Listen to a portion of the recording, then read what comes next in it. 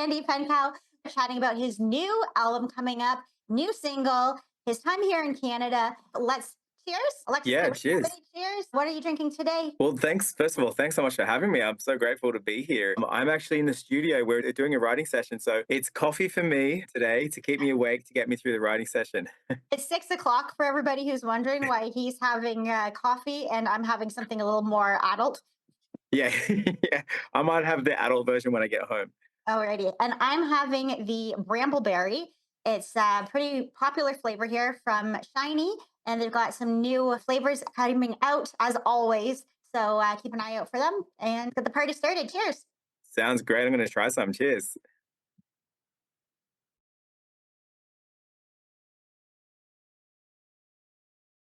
I feel really lucky that I got to do that last year. We came over and we recorded the album in Canada, and I really wanted to make it a Canadian album. So we had a really great Canadian producer on board, which is really cool, Sean Moore, and a bunch of amazing songwriters, which we worked with on this album. So I feel quite connected to Canada now. That's why I'm over here trying to, build a bit of a brand for myself and let you guys listen to my music. hmm So, how many times have you been to Canada before? So this is my third time, would you believe, to Canada. So, you know what you're doing now. I'm still it's still kind of so different to being back at home, but I feel like I'm getting used to the cold weather, which is nice. And I love the cold weather, so that's kind of cool. I love it. We've been out listening to live music in Toronto, and we've been listening to some amazing local musicians. It's been a lot of fun this time around. I wanted to touch here a little bit about some of the awards that you've won recently. So you got some pretty big ones. I can't list them all because I'd be here all night. There's the People's Choice Awards in Tamworth, Independent Country Music Association, Radio Presenters Award.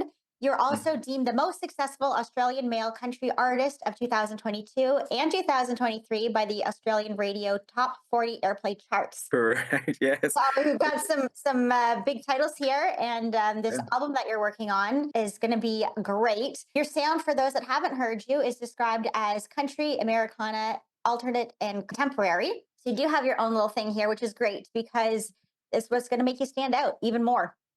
Yeah, I feel really lucky that music was something that chose me. Any musician would know that music is such an important part of our life. And for me, it's something that's followed me around my whole life. So I have a lot of Australian influences in there, but I also listen to a lot of Americana stuff, some Canadian artists as well, which really kind of ring home to me. So this album for me is definitely a little bit more contemporary. It's a little bit more of that kind of crossover between what we do in Australia and what you guys do here in Canada.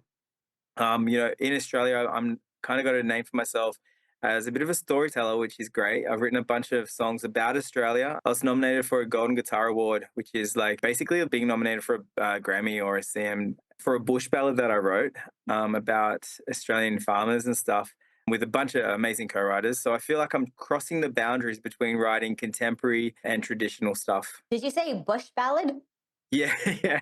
You I've have never no idea heard what that it is, do you? before. So it's bush ballad is a very traditional style in Australia. So it has to be a song written about the Australian landscape or the Australian bush or Australian families, farming families or something along those lines. So it needs to reference that in order to be a bush ballad. It's a very old style of country music in Australia. It's not a contemporary style. So I feel like I'm crossing those two styles with a contemporary thing. I think it's something different. And you mentioned, working with Canadian artists and Sean Moore too for producing. He's really Yeah, well I known in love. the industry. Yes. And Jessica Soul too, Yes. co-wrote with, Jessica. and she's from around here, and she's been rocking it lately. So how did you guys all connect, and what was it like writing together? Absolutely stoked to work with Jessica. She was such a talent. We wrote this new single that's out at the moment called Bottom Shelf. Jessica was a part of that single, co-write, and same with Sean. I connected with Jessica through Sean, actually. But all my introductions came from my publicist over here. And Sean was kind of the first one that we reached out to. And I love what he does. I think it's got such a fresh flavor to it. Everything he does is well produced. And I was stoked that he would work with me and be able to kind of take this album and go on this little musical journey together. So we enlisted a bunch of Canadian songwriters. And I feel like I learned a lot along the way as well, which is really important for me.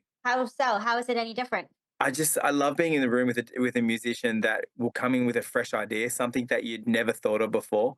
I've learned different styles of writing, obviously, as well, than what I'm used to. Sean spent a bit of time over in Nashville. So for him to give me a few tips on what they're doing over there, which we kind of put into this album, writing shorter verses and longer choruses, that kind of stuff, which we really experimented with this album. You've had previous releases too: Sad Love Songs, Chasing the Sun, Love Lies and Dirty Dishes. Love those titles there. So Thank you. you feel like this one you've gotten to play around with a little bit more on and experiment. Yeah, definitely. I feel like, this is my fourth studio album that I'm releasing. And it's definitely, if you go back and listen to my back catalog, it's a completely different feel. Back home, I was writing a lot of traditional stuff. I listened to a lot of Slim Dusty. I'm not sure if you guys know who that is, but it's one of Australia's most iconic country music artists. And he was a bush balladeer. He used to go around and tour Australia every single year. He's actually passed on now, but amazing storyteller. So that was definitely heavily influenced in my past albums. I also worked with some amazing Australian artists, Shane Nicholson,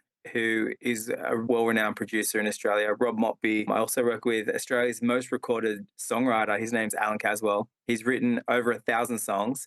So he's a decorated songwriter. He wrote the theme song for a TV show called Prisoner, which actually was like a global success. And so working with him was just an absolute joy, and I learned a lot from him. But it was so different to working with the guys over here for sure. That's really cool.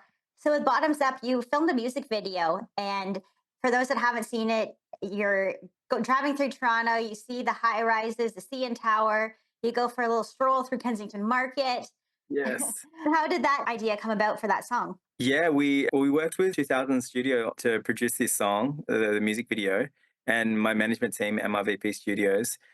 Because I spent a bit of time in downtown and a little bit of time around Kensington markets and stuff, I felt like there was such a cool vibe there. I just wanted to capture something quintessentially Toronto, and I thought that those places would be the places to do it. And it's been great. So everyone that's, all the locals from Toronto recognize all these cool little places, which I've absolutely love. It was a longer video. We had a 10-minute music video. There was some acting Oh, parts involved. They ended up on the cutting room floor. My acting skills weren't as good as my singing skills. So maybe we'll do a blooper one day for yeah, fun. definitely an extended version. Yeah, exactly. I was just thinking that like music is, little chapters in your life, it all signifies your journey. And I think having music videos, especially one for Toronto for you, is something that you're always going to have to look back on. And it's nice memory, basically. I love how you say that, because I often say that myself. If I go back and look at a lot of my music videos, there's things and places and people. I did a music video for a song called 1993, and my dad is in the music video. So I feel really special having him involved. It's something that is better than a photograph. You know what I mean? It's something you can take with you for the rest of your life, as well as the car that I learned to drive in. I've had that in my music videos, and even my album covers. Love Lies and Dirty Dishes. On the back of the cover, there's a armchair, which was my grandmother's armchair. So I like to kind of just throw something quite personal in there that's kind of personal to me that I'll personally know. Oh, I love that so much. Well, before we go, share with everybody where they can catch you performing. Yeah, well, we're over here promoting the album. I've got an album launch on the 1st of May. I've got to remember the dates. I'm terrible at dates. We're playing at Art Bay, and we're doing the album launch then. So we've got a bunch of people coming to that, which is going to be a lot of fun. I'm doing Nashville Writers on the 13th of April, which is going to be a lot of fun as well. And I'm also opening for Rob Fitzgerald on the 6th of April. But all my dates are up on my website. So hopefully I haven't got them wrong. But head on over to my website and correct me if I have. Well, that's awesome. Well, congratulations on all the success, and Thank you so we're much. wishing you the best with your album release here. And I'm so glad to see you're having fun in Canada. Thank you so much. It's been an absolute pleasure chatting with you. Hopefully we get to do it again once the album's out. Sounds good. Cheers.